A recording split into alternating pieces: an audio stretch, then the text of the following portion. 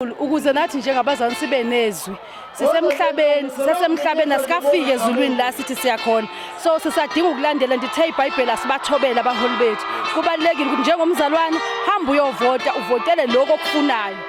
This is Makiwa TV, uSifiso Mtshalo umagalela ngoJesu abanye begalela ngonyama. Si live sisilemet la khona sibona khona umama la uthobekile sibingelele mama Thobekile njalo. Ngiyakubingelela bhuti Sifiso, ngiyabingelela bonke nababukeli beMakiwa TV egameni likaJesu. Amen.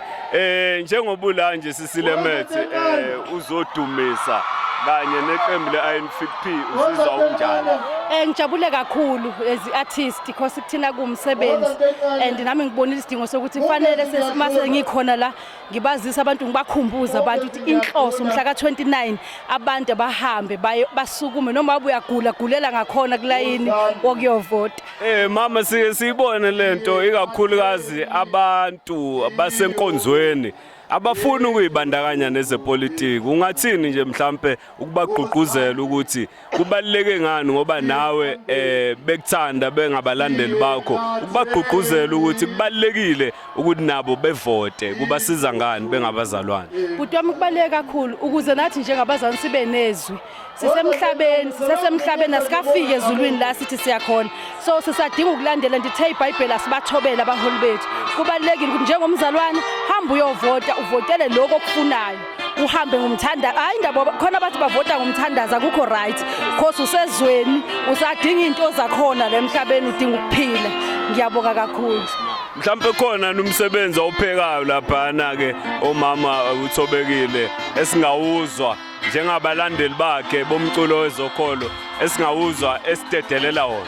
Noma kanjani ngikhiphile nje khona ingoma engikhiphile iyaphuma nje kule nyanga phakathi nale nyanga ethi I shall not be moved. Futhi kuKristu ngakhele akusekho futhi okuyonginyakaza nokuyongisusa kuJesu. Siyajabula kakhulu sizoyithatha sidlale nathi ukuze siqhubeke nawe. Sithanda kakhulu umculo wakho, uqhubeke nokusenzela umculo omnandi ma.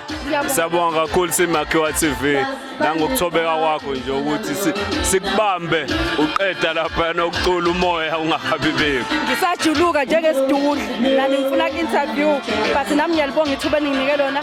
Ngiyacela ukuthi niqhubeke ningisupport abantu bangisupporte ngaphandle kwabo ngaba ngena lo Thobekile nguyena uNkulunkulu ababusisa. Siyabonga kakhulu ma. Yes, siyabonga.